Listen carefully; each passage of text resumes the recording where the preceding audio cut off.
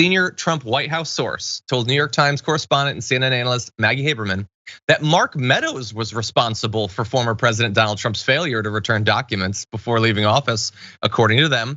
According to two people, Mr. Trump and his chief of staff, Mark Meadows, the man who oversaw presidential records in the chaotic closing days of the administration, failed to organize an effort to collect, box, and deliver materials to the National Archive.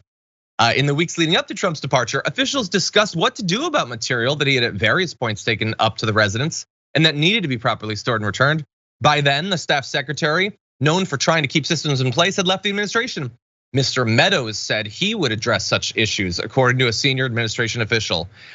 So there you have it. It's that damn Mark Meadows. You just can't trust him to not break the law.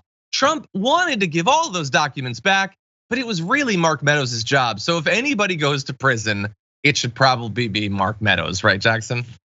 Well, I'm sure a lot of them should be in prison for all types of involvements and things like this. But yeah, why not? And Trump will continue to throw people under the bus as more info comes up, which I'm really looking forward to see. Just again, as we get closer to the 2024, he's gonna need allies, but as the pressure builds up, he's gonna do what he does. He's gonna throw people under the bus. So it's just gonna be, how's this really gonna play out? Because I'm not one of those people who's like totally convinced that Trump is just this unstoppable behemoth. He's already been stopped, so. That's true, he was stopped once. I want to respond, as much as I love seeing Mark Meadows be thrown under a bus, and I do, this doesn't make any sense whatsoever. It might have been Mark Meadows' overall job to make sure that the documents at the White House went to the National Archive, but did Mark Meadows bring the stuff to Mar-a-Lago? So think about the cover story that they're trying to present here. Donald Trump had no interest in any of these classified documents being there, and it's all on Mark Meadows. Okay, so earlier this year, when the FBI went to Mar-a-Lago and carted away a bunch of boxes of the material, why did you keep so many other boxes?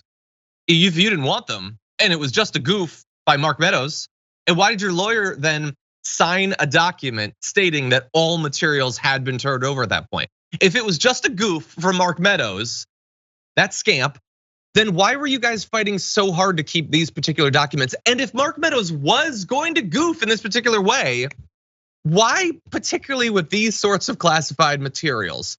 He apparently successfully transferred the vast majority of the documents, but these particular ones, including letters from Kim Jong-un and stuff like that, why would Mark Meadows make that particular error? It doesn't make any sense whatsoever. And that's why I think Mark Meadows probably doesn't have much to worry about from this. I mean, maybe he was involved in the effort to take the stuff out, but the fact that it was taken out, I think is clearly more an issue for the guy who tried to cover it up and tried to keep the documents, obstruct the investigation, than the dude who technically was supposed to be coordinating with the National Archive. Any other thoughts? Well, on this, not too much really, honestly, because I think that, at the end of the day, all these guys need to be replaced anyway. So, if we can take some of them down, great. But if not, one of the more important things is that we continue to out-organize and out-mobilize, because these people they're crazy. These people are crazy, and the Democrats are feckless, but we aren't, so we can do better.